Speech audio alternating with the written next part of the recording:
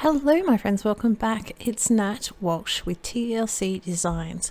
We're going to play with the holiday fun stamp set because we haven't done enough Christmas cards and we need to have a little bit more, just a little bit more. Well, do we ever need an excuse for a little bit more colouring? If you're a colourer, you will totally understand. If you're not, you won't. Now, I am going to do a little bit of a scene, which you're not going to see a little bit too much. You're going to get the idea of it all, but until I purposely colour it all in or outline everything, you're not going to see too much.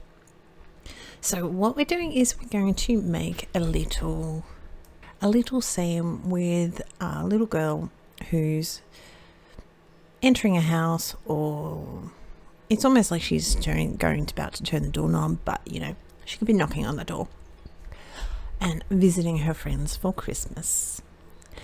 I did need to Google some images of front doors and Christmas themed because I wanted the Christmas trees out the front of the house, and yeah, I wanted to get a bit of an idea. So we're going to do a relatively plain front door, because the doors that I saw were pretty decorated and I'm not going there.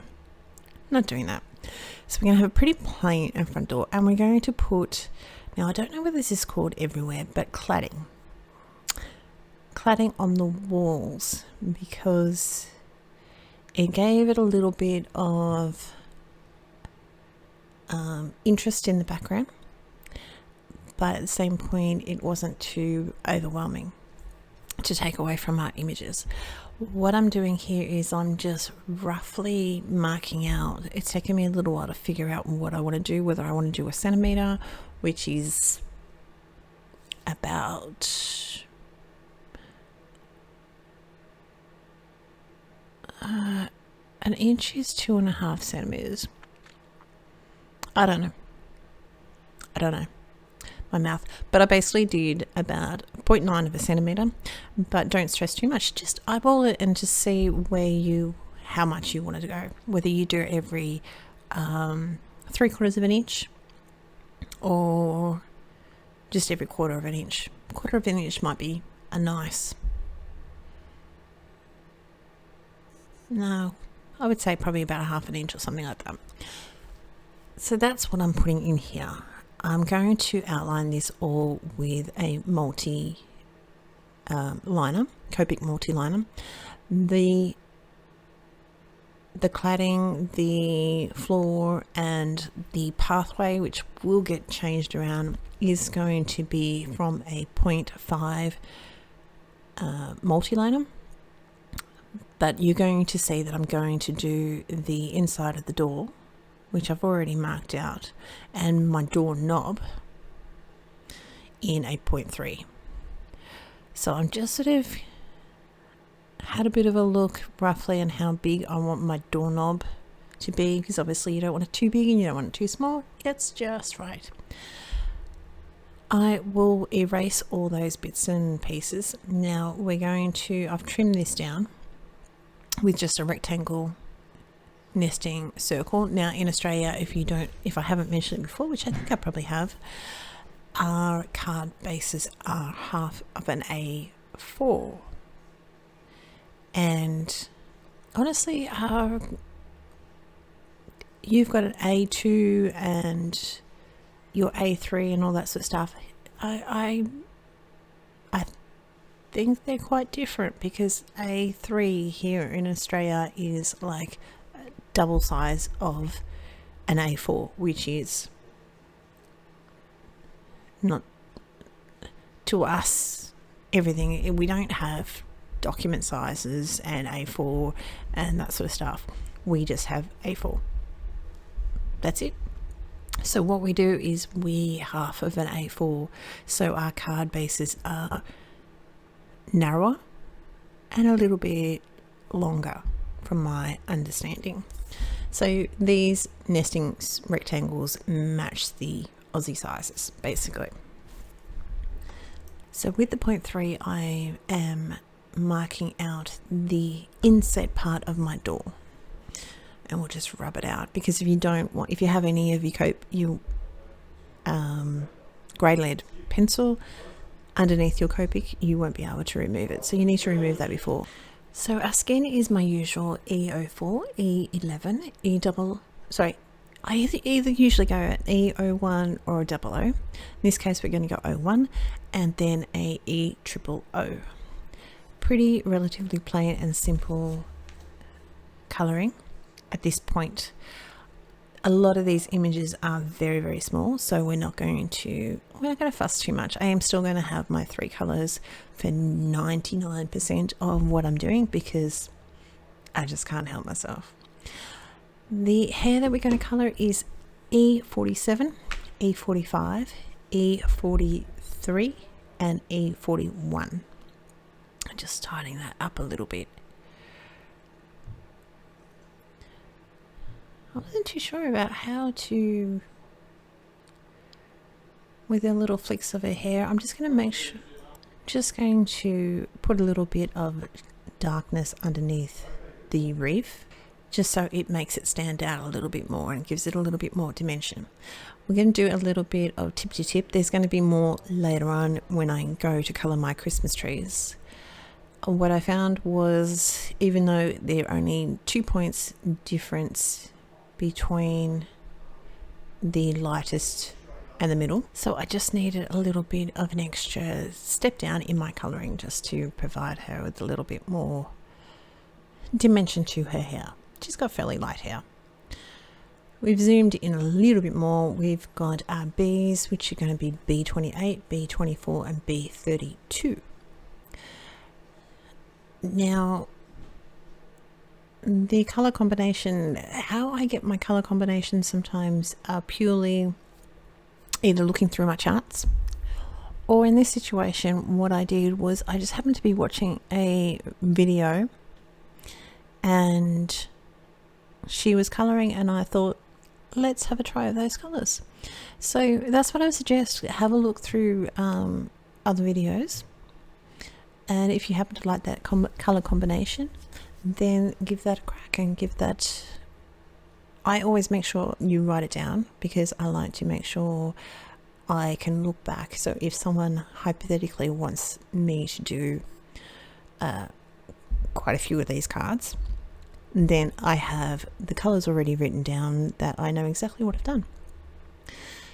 Now, I did colour her patches the lightest colour. Now I'm going to do the R59, R37 and R35. Now, trying to cut down on some of the time that you spend colouring. So I've coloured half of it, and it's like one of the Christmas trees you're going to see and the other side you're not going to see. And it's just clicked into focus for some reason. Sorry about that. The door frame, I forgot to press play, so I'm going to show you what I did with the top. So I'm going around the edges in the darker, that way it will give the illusion of being recessed. The rest of the door, I'm going to, like where the doorknob is, I'm going to make sure the shadow is going to be on the left hand side, so it gives the impression of it's recessed a little bit. Not really, you know, like doors, they sort of go in a little bit before they open. Not all, but some. Also, there's going to be a shadow around near her face, because she is going to be casting a little bit of shadow, but I'm not doing a very much whatsoever. Around the doorknob, I'm going to have a little dark shade, and then that's my little dark shade, and then go out with my colours. But around the very edge of the door, I'm going to give it that little bit of shadow, just to help it look like it's projecting a shadow. Now, the cladding, you can't really see here too much, but trust me, you will see some more. I've left it pretty much all in.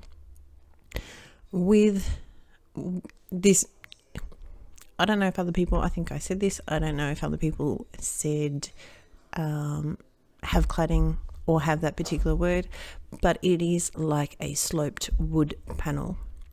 So the top of it there is going to be slightly darker. So we're going through with our W5, a W3 and W1. when I finish with going through all those particular colors, including the shadows there with like a slight shadow with around my Christmas trees and they're like underneath them as well, what I will do is go around the top and also on this side go around and just have a little triangular, you can sort of see it there, shadow for the recess, so hopefully it gives it a bit of a look of it.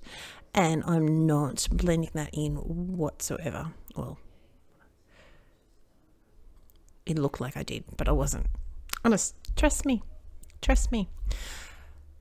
So this side is going to be done the same. You're going to see this a little bit better obviously now. So the shadows are going to be across the top, around the Christmas tree, down this side on the right hand side of the door, right hand side of the cladding, and then go through. So it's a very, very soft neutral color, and then go through on the top with the W5. We've jumped ahead a little bit, and I just wanted to show you how I colored like underneath the Christmas tree because it's going to be pretty dark. The edging around the door, which of course I can't think of the name, the frame, no. Let's just go with the frame of the door. We're just using C3 and C1. I'm literally, it's white, but I'm literally just putting shadows in every now and then. So near the Christmas tree and the top of the door frame. The Christmas trees that we've got G28, G24 and G20. Now it's pushing, generally speaking, like the sweet spot for in between copics, you want like 3 points. You obviously can do 4, but this one is sort of stretching a little bit between the G24 and G20. But it's not impossible. What I'm going to do is just use, again, a little bit of tip to tip action, just like we've done on her hair. I've got a little bit of shadow underneath the... See, this is my problem. Sometimes I find, well, sometimes words are hard. Words are hard, people. But underneath the little leaves of the tree there, you can see, let's just call them leaves of the tree, there's going to be a little bit of shadow. It's going to project a little bit of a shadow. So we're using the tip to tip just to help that. Her hairband, I've just used the G24 and we're just going in straight with the G28 for her little wreath that we've put in her hair. The ground is going to be 110, mostly because I need to buy a re-inker for my 100. We're going to go N9, N7 and N5. I am going to project a shadow underneath the Christmas tree, so underneath the pot just to ground it, and also the back just to help to ground that a little bit. My path, I'm not happy with my path. So what I'm going to do soonish is we're going to remove some of the path and I'm going to draw a line. Here it is. Draw a line. I'm using the bottom of my grid mat just to sort of suss it out. It's looking very square, but we're going to round off the corners very shortly.